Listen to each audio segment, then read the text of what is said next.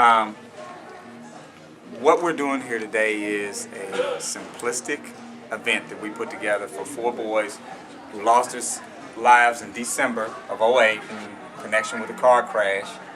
And we have created an event titled An Evening of Healing and Hope. What we plan to do is let the children address the hope issue and let the adults deal with the healing component of that.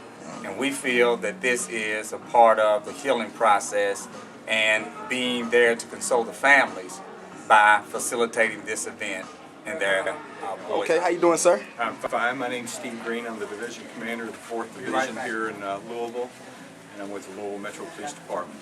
Okay, I got a question for you.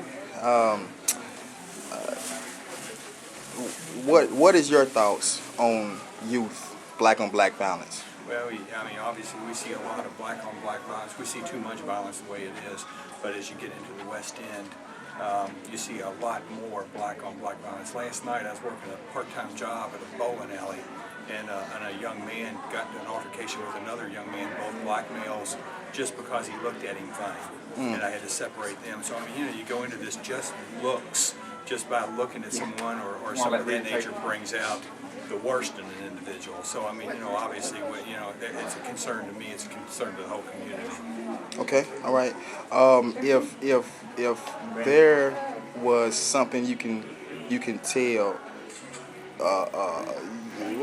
if there was something you could say to the individuals that would get upset for another person looking the wrong way, what would you say to them? Well, I would try to get them to look at how immature that is, number one, but and to foster that anger into another direction, whether it be with a youth group, with Youth Alive, with PCC over here.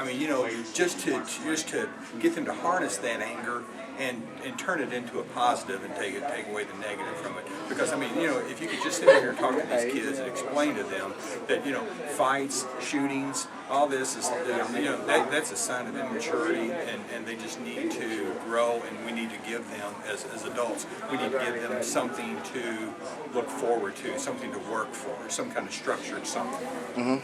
And one last thing, and to all them kids that don't get it right before they turn 18, could you please explain to them what would happen to them if they step on the wrong side of the law? Man, you get on the wrong side of the law, you know what's going to happen. You're going to do 60 the first time, and then it's just going to continue on. It's going to be a cycle. And if anyone wants to sit here and say it's cool to go to jail, you are out of your mind. The bottom line is your freedom is the most important thing you have to you, and you don't want to give up your freedom for something that's stupid.